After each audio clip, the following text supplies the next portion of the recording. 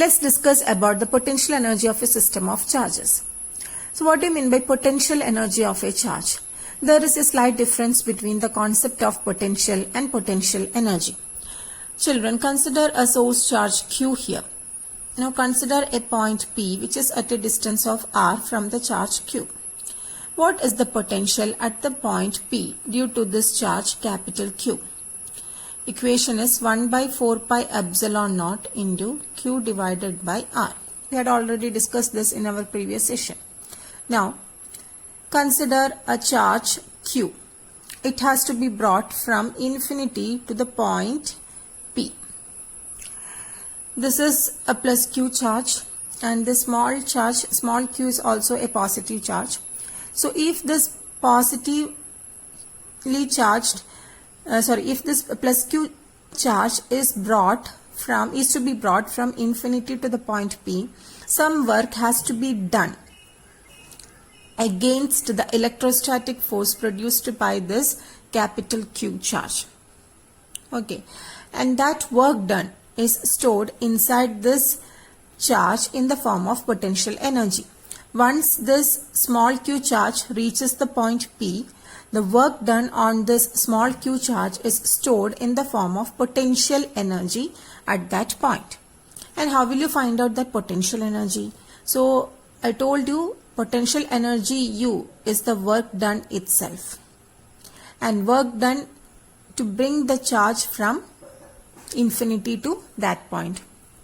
And what is the expression for work done if we know the charge and potential? You remember this equation, work done is equal to Q into V. Why? Because potential V is equal to W by Q, right? Work done per unit charge is potential. So therefore work done is equal to Q into V. Okay. So let's use this expression, Q into V equal to Q into, what is V? V is 1 by 4 pi epsilon naught into capital Q by R. Because at this point potential is due to this capital Q, and this is the expression for the potential energy of a system of 2 charge. Okay, so this is the expression for the potential energy of a system of 2 charge. This is the expression for the electrostatic potential energy of a system of 2 charges. Now what will be the expression for the potential energy of a system of 3 charges? So for that, consider 3 charges Q1, Q2 and Q3. So let the distance between Q1 and Q2 be R12.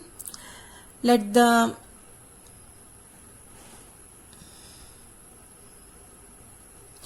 distance between Q1 and Q3, let it be R13. Let the distance between Q2 and Q3, let it be R23. Okay, so initially in the system only Q1 charge is present, and actually in order to bring Q1 charge to the point, that particular point, no work is to be done because there is no any other charge to repel that Q1 charge in the system. So initially Q1 charge is present here. Then next, if we want to bring this Q2 charge to this point, there is a problem. This Q1 charge will repel this Q2 charge. So if we want to bring this Q2 charge to this point, we need to do some work against the electrostatic repulsion produced by this Q1 charge. And that work done is stored inside the Q2 charge in the form of potential energy. And what will be the expression for potential energy at this point? So the potential energy at that point will be Q2 into potential at that point. Potential at that point due to which charge? Q1 charge, because this Q1 charge is producing a potential at this point. So potential created by the Q1 charge. So what will be the expression? Equal to Q2 into, and what is the expression for potential due to Q1 charge? 1 by 4 pi epsilon naught into Q1 by, what is the distance between Q1 and Q2? R12. Okay, and how can we rewrite it? Equal to 1 by 4 pi epsilon naught into Q1 Q2 by R12. Okay, so this is the potential energy for this pair of charges Q1, Q2. Now similarly find out the potential energy for this pair of charge, that is for Q3 and Q2 and Q3 and Q1.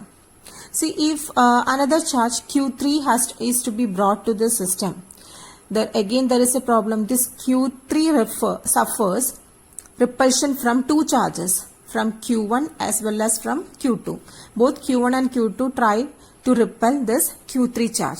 So work has to be done against the electrostatic force of repulsion produced by Q1 charge and Q2 charge.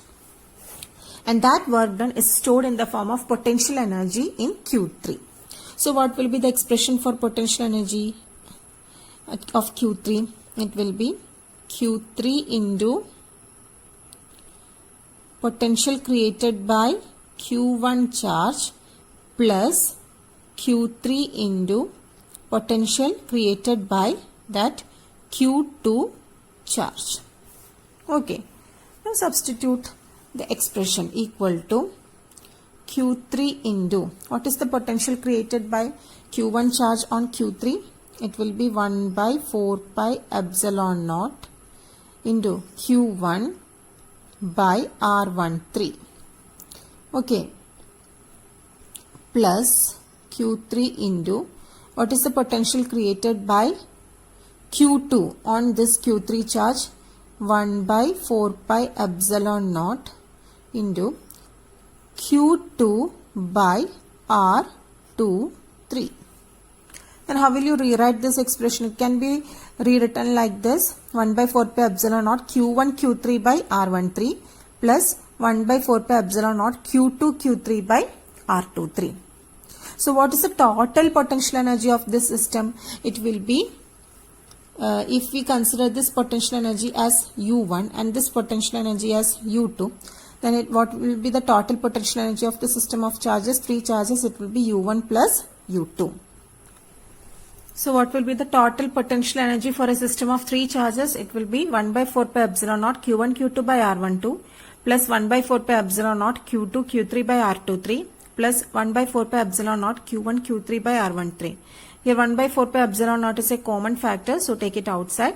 And what is left in the bracket? Q1 Q2 by R12 plus Q2 Q3 by R23 plus Q1 Q3 by R13. So same procedure can be extended to any number of charges.